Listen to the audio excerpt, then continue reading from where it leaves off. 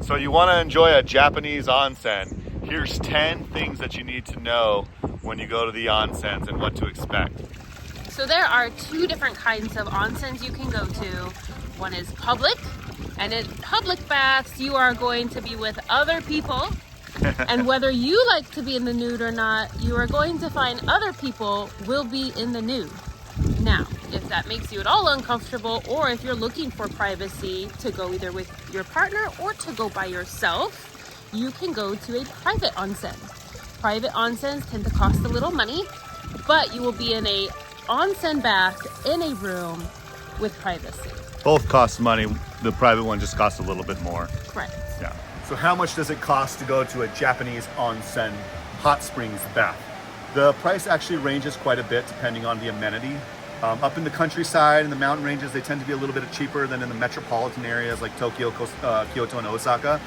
If you're going to a public bath in the countryside, they range from about 400 yen to probably about 1,500 yen, depending on the quality of the bath and the size of the bath. If you're going to do the private baths with you and your partner, those are a lot more expensive. We're talking 45 minutes time limits for two people for about 3,000 yen all the way up to about 10,000 yen. Towels. Some onsens offer a towel service and some do not. So you always want to come prepared if you can with your own towel. Two, being in the nude obviously is something that's very personal for some people. People don't mind it. People get naked in front of everyone. Some people want a little bit more privacy. There's a thing to note. Most onsens are not mixed gender, meaning that even though it's public and you'll be with other people, you'll be with your own gender. Usually. The women usually go to one bath, and the men go to the other side to another bath where it's all men and all women secluded from each other. Now, in certain cases, in rare cases, like there's an onsen right behind us, which you can't quite see, it's an outdoor public onsen that's mixed gender. It's also free. It's also free and doesn't cost any money. Does that mean that you're going to have to be nude in this case, no, you don't have to. You can actually wear a swimsuit here if you're uncomfortable being nude in front of an opposite gender.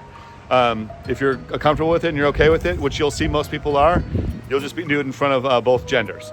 But don't be worried. If you go to an onsen, you can either get a private one if you want to be nude with your partner, or if you're going to go to the public one, it'll be separated between men on one side into a separate onsen, and then the women on the other side. One other thing is it's important to not put your hair in the water. So you definitely want to put your hair back, whether you're man or woman. You'll usually see signs. Put your hair up. That's good enough. One thing about Japanese onsens is they are very picky about tattoos, as you might have heard if you've done a little bit of research about your tattoos. Most onsens, unfortunately, don't allow you to be in the public onsen with tattoos. That doesn't mean you can't rent the private one like we've done today and be alone with your partner and have tattoos. That's just fine. But if you're going to be in the public space, you need to make sure that you're tattoo free. If you do have small tattoos, I think they allow you to put little bandages over them or cover them in the public onsens. That's really important. Luckily, I don't have any tattoos, tattoo free, so I'm in good shape. Another thing you should do is you should expect to bathe before you get in the water. And there's usually stations set up like this. So you have soap, you have shampoo, and you want to give yourself a nice wash, whether you're getting in with a bathing suit or not.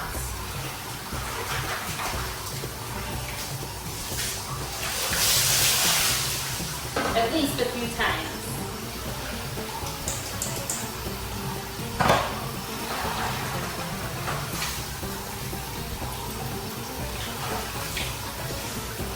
Everybody does this. And you want to be clean when you get in the water, just like you want everyone else to be clean too. When you go to an onsen bath, you want to always make sure to hydrate. You're in hot water, it's comfortable, but like with any sauna or any jacuzzi, you're going to get dehydrated when you're in these baths. Make sure you bring a bottle of water. They usually have like little public stations or water at the baths when you're done, little water cups and stuff like that. But even if they don't, make sure you bring a bottle of water for on your way home. So we just got out of this cute little place here, which was super cheap to go to. We are up in the countryside right now in the mountains. you do not have to drive all the way out here to enjoy an experience like this.